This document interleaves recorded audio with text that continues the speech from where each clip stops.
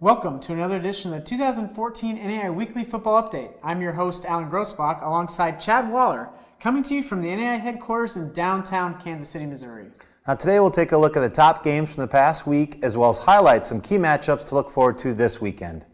Let's open this week's show with a look back at last week's NAIA Game of the Week between number 6 Georgetown and number 4 Faulkner. You know, Chad, we discussed this a little bit last week and how it was really two contrasting styles in this game. You had the prolific offense of Faulkner that averaged 44.6 points per game entering the contest, while you had Georgetown, which their defense is where it's always been and at the top of the NAIA.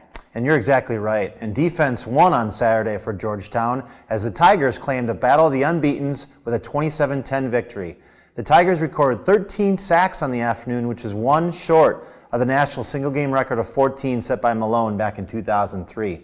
Additionally, Georgetown did not allow a touchdown until early in the fourth quarter when an 81-yard pass play made it 20-10. Defensive back Arthur Pollard and defensive lineman Nick Seether really keyed the pressure for Georgetown on Saturday. Pollard led the team with 3.5 sacks, followed by Seether's 3. Both individuals also forced one of Faulkner's 3 fumbles on the afternoon. Offensively, quarterback Neil Posset threw for 233 yards and a touchdown in the win. One of his strengths we mentioned before was his ability to spread the ball around, and he did that on Saturday as he hit 10 different Tigers in the game. Now, Faulkner quarterback Terrell Robinson, who we've spoke highly about in the last couple shows, he threw for 249 yards and a score in the contest, but was completely neutralized in the ground game. He ended the contest with a season-low minus 21 yards on 19 attempts. Now, this is a solid win for Georgetown, and as we'll talk about a little bit later on, it gave the Tigers a nice boost in the top 25 poll. The next game we'll look at from last weekend comes to us from the Kansas Collegiate Athletic Conference as Southwestern knocked off number 3 Tabor 27-6. The result may go down as one of the biggest wins in program history for the Mound Builders as the team entered the game winless. With the help of Southwestern Sports Information Director Scott Nuss, we were able to catch up with head coach Ken Crandall for his thoughts on the win. Well, I think the biggest thing was our kids played tremendous against a very good Tabor football team, and we just were able to execute our game plan, and the kids just were phenomenal. And I think moving forward was the big thing. It's not what this does for our program, those type of things. We feel like we're always an up and coming program. We just got to keep getting better. And the big thing was, we were sitting at 0-4 for the season and 0-2 in the conference, and now to get that one win, hopefully jumpstart us the rest of the year. A big thank you to Coach Crandall for taking the time out for that interview. There were many key moments in the contest, with 2 specifically that centered around senior wide receiver Vince Folston. The senior blocked 2 field goals in the same quarter, in the second quarter, to preserve a 6-0 lead for Southwestern. One of the blocks looked to be returned for a touchdown, however it was called back to an illegal block in the back. Now Southwestern, they would break the game open in the fourth quarter with 21 straight points before Tabor scored with 1:53 left to make it a 27-6 final. The final game we'll focus on from last Saturday was number 8 Grandview's 41-37 shootout win against number 10 St. Xavier. Lance Lewis set the tone early with 2 interceptions in the game's first 2 minutes, giving Grandview an early 6-0 lead. However, St. Xavier wouldn't go away as it was a tight game throughout. Arguably the key moment of the game came in the final 30 seconds. The Cougars had drove down inside the 5-yard line of Grandview, trailing by 6. But a forced fumble by J.L. Davis, recovered by the Vikings, ended up sealing the victory. You get all churned up inside, but when you're playing such a really, really good program like St. Xavier, who's won a national championship, they know how to win. They're never going to give up, and we knew that. And I think we had that same brand of a football team. So really proud of these guys. And the effort that was put into today, it was something. Offensively for Grandview, quarterback Derek Fulton had a big game, throwing for 187 yards and 2 touchdowns.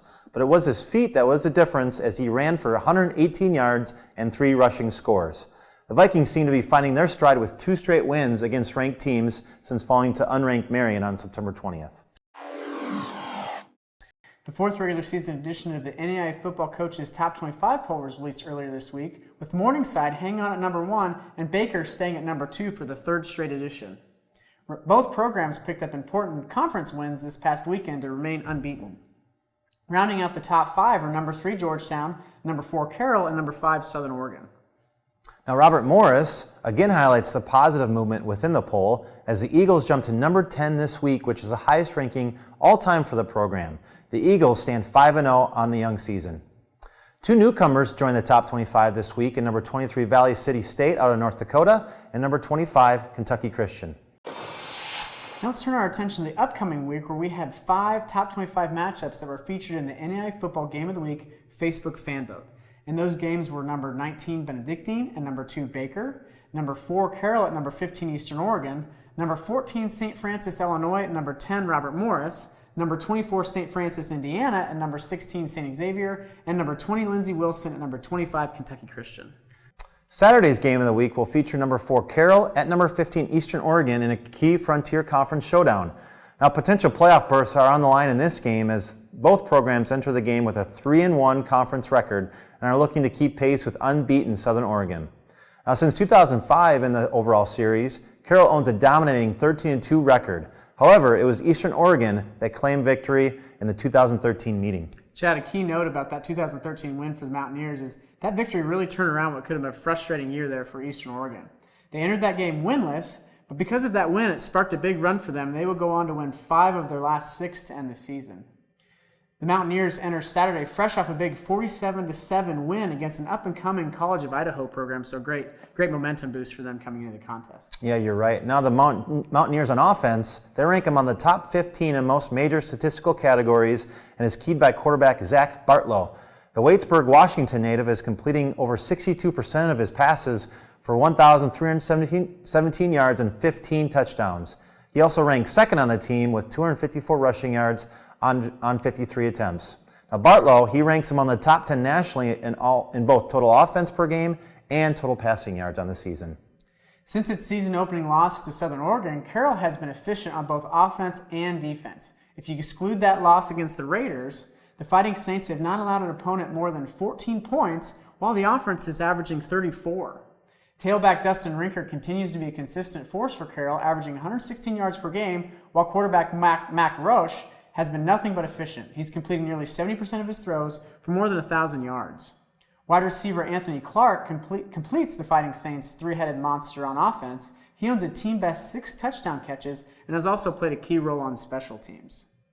Now, as you mentioned earlier, Alan, there's a lot riding on this game for both teams. Similar to last week, it will be interesting to see if the Carroll defense can keep up with the athletic offensive firepower. And it worked for Georgetown last week, so we'll have to wait and see if it'll work for Carroll. You know, as we mentioned earlier, this game was selected by a Facebook fan vote. We're always interested to hear from the fans of NAIA football and ask you to get involved for voting for the football game of the week. We'll post our top games of the week to Facebook, which usually happens on Mondays by 5 p.m. Central Time. So be sure to pick your favorite game by 9 a.m. on Tuesday, and we'll have it highlighted in the show.